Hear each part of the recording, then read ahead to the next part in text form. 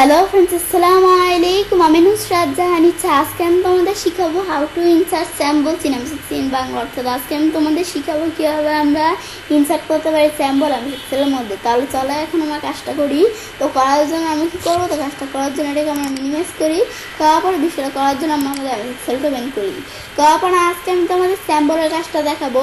স্যাম্বল ছাড়া কিন্তু আমার চ্যানেলে কীভাবে ইকুয়েশনের বিষয়টা করতে পারি এর উপর আমার চ্যানেলে আলাদা একটা ভিডিও দেওয়া আছে, তোমার চ্যানেল দেখতে পারো। তো স্যাম্বলের কাজটা করার জন্য যেখানে আমি ক্লিক করব, করার পরে এখান থেকে আমি স্যাম্বল দিব।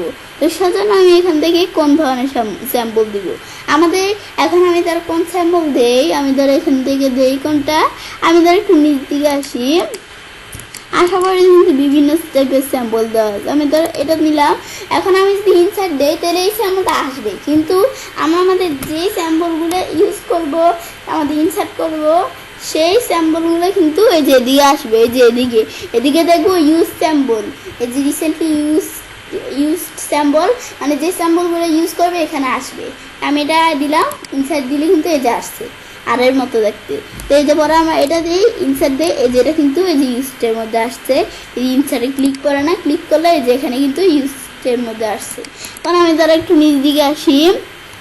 নিচ দিকে আসার পরে এখন আমি তারা এখান থেকে আমরা এটা দেখার পর আমরা আরেকটু নিচ দিকে আসলে কিন্তু এই যে এছাড়া আমাদের আরও বিভিন্ন স্যাম্পল চলে আসছে। এর মধ্যে থেকে আমি তো এটা নিলাম।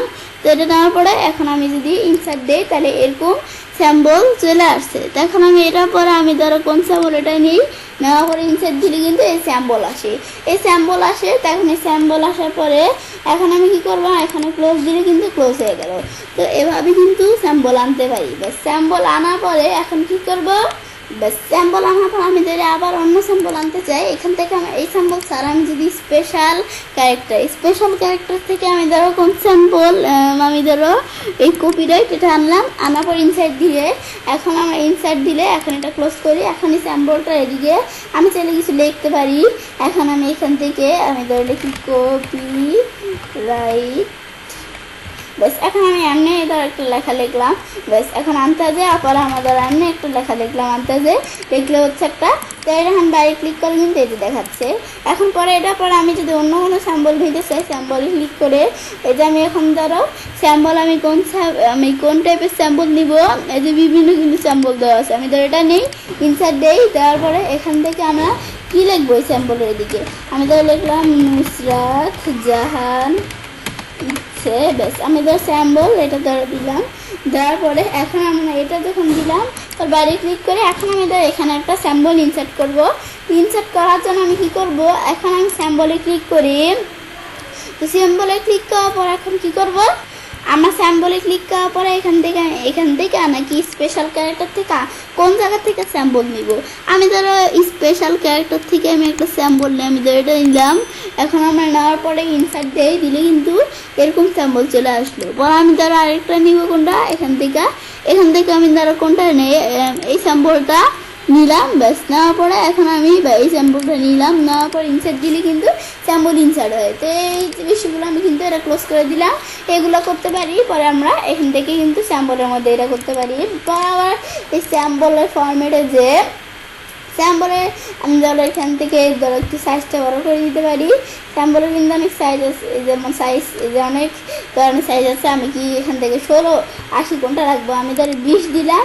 20 দেওয়ার পরে এখন আমি এখান থেকে আমরা এটা দেওয়ার পরে আমি কি করব, এখন এখান থেকে আমার এটা কালার, এই যে এটার কালার কিরকম দিতে পারি, এটা আমাদের কালারটা দিলাম। ব্যাস কালারটা দেওয়ার পরে এখন আমি এটা এই যে ব্যাকগ্রাউন্ড কালার কীরকম দিব, আমাদের শুধু এই যে এখানে ক্লিক করা আছে দিকে এই সেলের মধ্যে ব্যাকগ্রাউন্ড কালার হচ্ছে। আমি দুইটা সেল সিলেক্ট করে এখন আমি যদি ব্যাকগ্রাউন্ড কালার দেই, এখন আমি ধরো এই যে লেখা দিয়ে পরে এই যে ব্যাকগ্রাউন্ড কালার এই দিলে কিন্তু এই ব্যাকগ্রাউন্ড কালার চেঞ্জ হয়। পরে বর্ডার, এগুলো বর্ডার সেট করতে পারি। এই যে অল বর্ডার দিলে এই যে বর্ডার সেট হয়ে গেল। পরে বর্ডার সেট হওয়ার পরে এখন বা আমি চাইলে যে এই বর্ডার দিতে পারি, যে আমাদের বর্ডার কীরকম দেবো এই বিষয়গুলো আমি সেট করতে পারি। সেট করার পরে আমি কী করবো, এই যে আমাদের border style, draw grid, draw border, পরে এই যে লাইন কালার, এই বর্ডারের লাইন কালার কীরকম দিতে পারি, এই যে এরকম এটা দিলে এরকম। তো এই যে আমাদের বর্ডার লাইন কালার আমি ধরো অন্য একটা লাইন কালার দিলাম। এই যে আমি ধরো কিরকম লাইন কালার এটা দিলাম, দেওয়ার পর এই যেভাবে আমরা বর্ডারে যে করতে পারি, এইভাবে লাইন কালার এই যে লাইন দিতে পারি, এই বিষয়টা কিন্তু করতে পারি বর্ডারের মধ্যে। পরে এই যেগুলা পরে আমি বাইরে ক্লিক করি, ব্যাস। তো এই বিষয়গুলো আমরা করতে পারি। এখন আমরা আমাদের এই বিষয়টা দেখলাম। তো এটা আমরা আমাদের পরে এই লেখাগুলো আমি ধরো সিলেক্ট করে ইটালি করতে পারি, পরে এই লেখাগুলো আমি বোল্ড করতে পারি, আন্ডারলাইন দিতে পারি, ডাবল আন্ডারলাইন দিতে পারি নিচে। তো এই বিষয়গুলো করতে পারি এটা দেখার পরে। তো এই বিষয়গুলো আমি যখন দেখলাম তখন আমরা পেন্সিলের কাজটা করতে পারি। এবার আমি খুব সহজে ইনসার্ট করতে পারি স্যাম্পল আমাদের পিকচারের মধ্যে। ফ্রেন্ডস, আমার আজকে এই ভিডিওটি যদি আমাদের ভালো লেগে থাকে তোমার চ্যানেলটি সাবস্ক্রাইব, লাইক করবেন এবং সবার সাথে শেয়ার করবে।